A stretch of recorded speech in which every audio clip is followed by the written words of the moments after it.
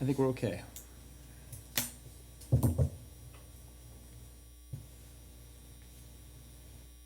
Let's all rise to the pledge. I pledge allegiance to the flag of the United States of America and to the republic for which it stands, one nation, under God, indivisible, with liberty and justice for all. Thank you.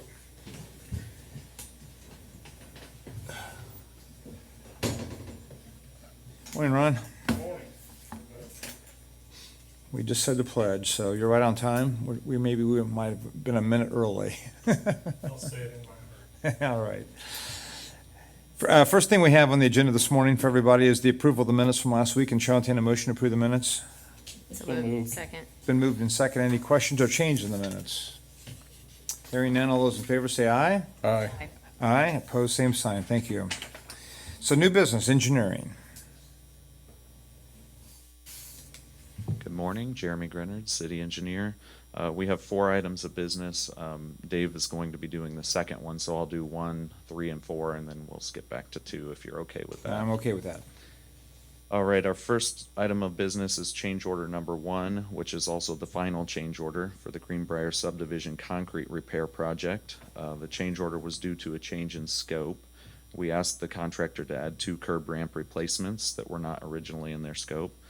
This increases the contract price by $5,950 to a total of $49,465, which is 13.7% in change orders. We're requesting your approval of this change order. Chair, entertain a motion to approve change order and final change order on this project. So moved. Second?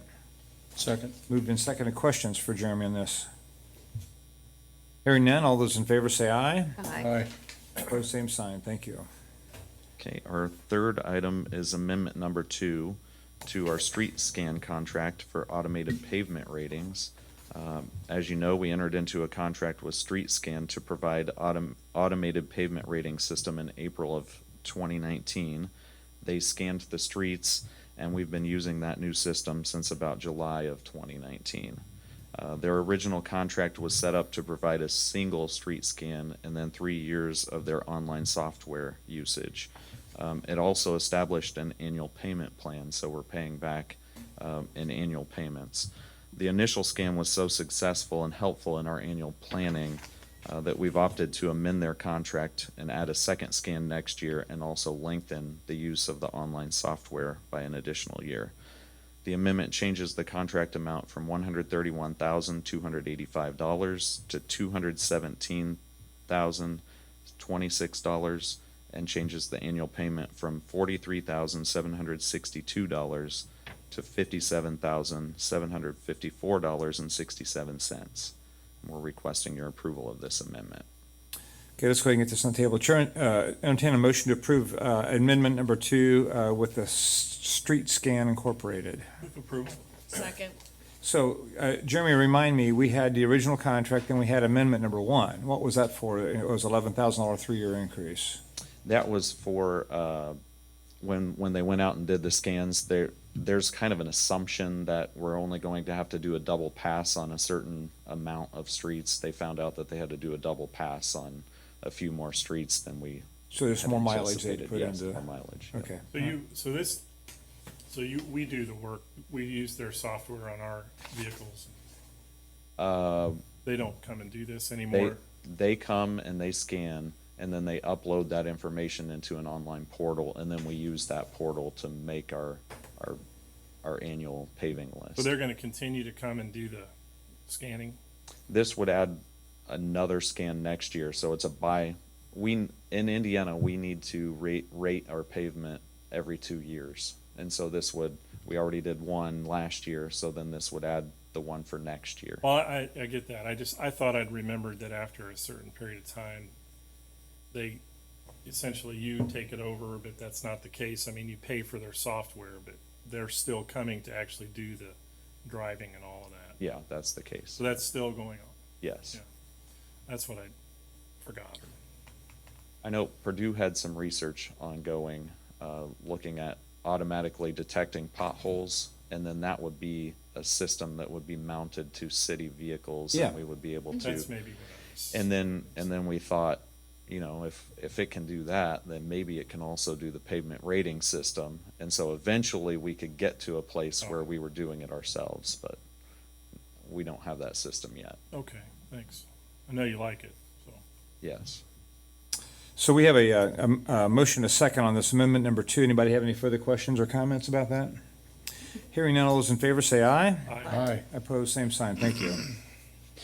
Our fourth item of business is change order number 1, which is the final change order for the Romig Street retaining wall repair.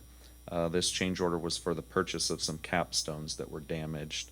The original scope of the project was for the contractor to reuse the old block that had fallen into the sidewalk, which appeared to be in good condition.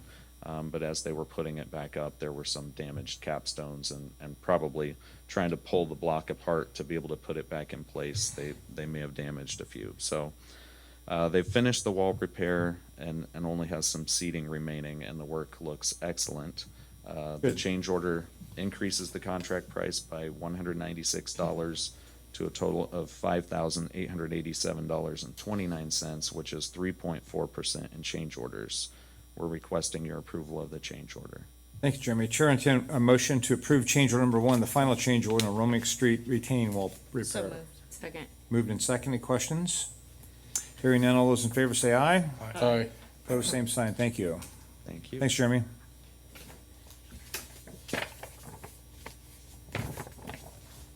Ready? Dave. Okay, Dave Griffey, Engineering Department. Our second item on the agenda is for agreement for utility service for Rose Business Park.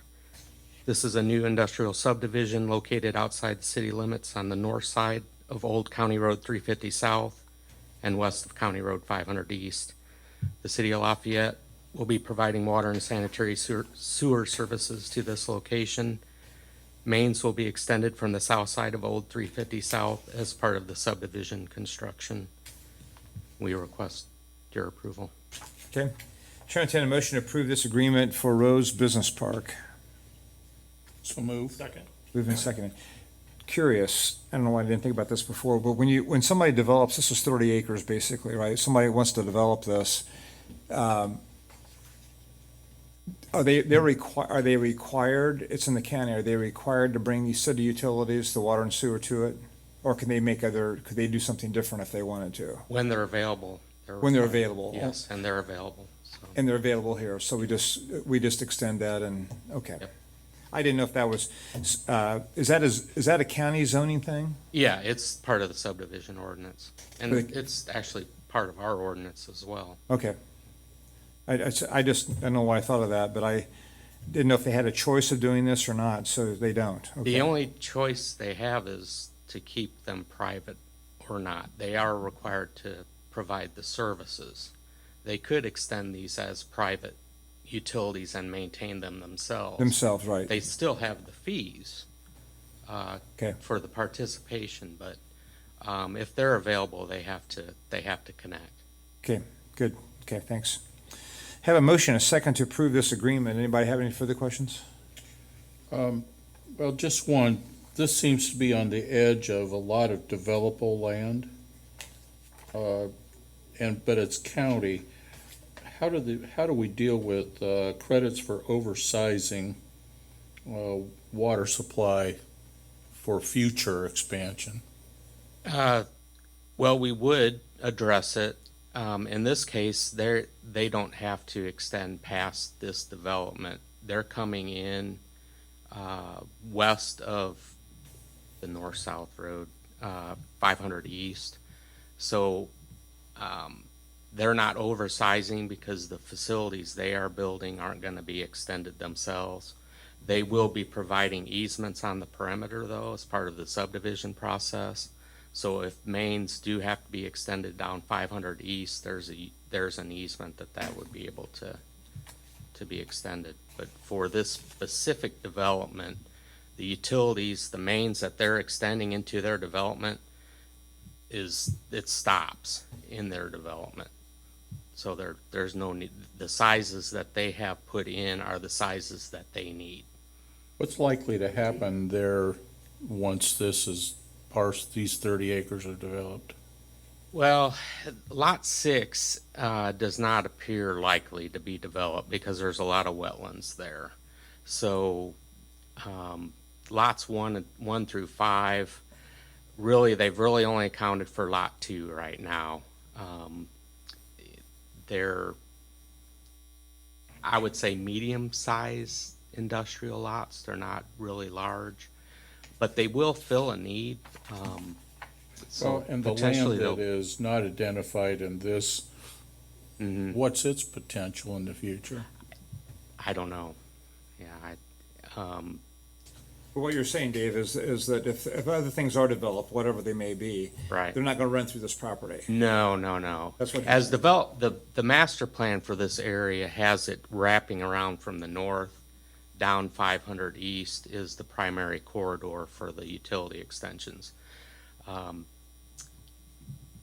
Those master plans that were developed 20, 25 years ago have been followed to a certain extent, but not always. And this is probably, a good example where they kind of changed because of development in other areas has kind of driven where the mains have been located. So the milestone development brought it down to old 350, and then the galvanizing plant brought it east from that point that milestone had taken it, instead of wrapping around the north and then down 500, which is what the master plan called for. So the development in this case is kind of dictated where those facilities have gone. And because of that change and how they're tying in is the reason that there's not going to be any mains extended past their development. Okay. Thanks for helping me clarify that, Gary. And Okay. We'll take care of this, and I have some other questions regarding that whole planning process. We'll talk about that later. Okay. So we have a motion, a second. Anybody have any further questions or comments on this?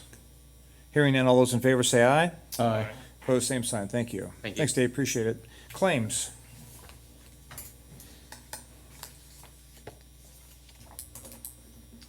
Good morning, Tim Clary, Controller.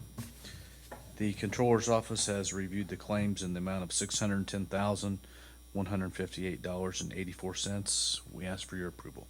Thanks, Tim. Chair, entertain a motion to approve the claims. So moved. Second. Moved and seconded. Question, any further questions on claims? Hearing none, all those in favor say aye. Aye. Aye. Opposed, same sign. Thank you. Thank you. Thanks, Tim. We have one other miscellaneous item, a special event request from Harvest Chapel. I don't think there's anybody here representing this special event. This is on July 24th, and this is at Relay Plaza, so an outdoor event.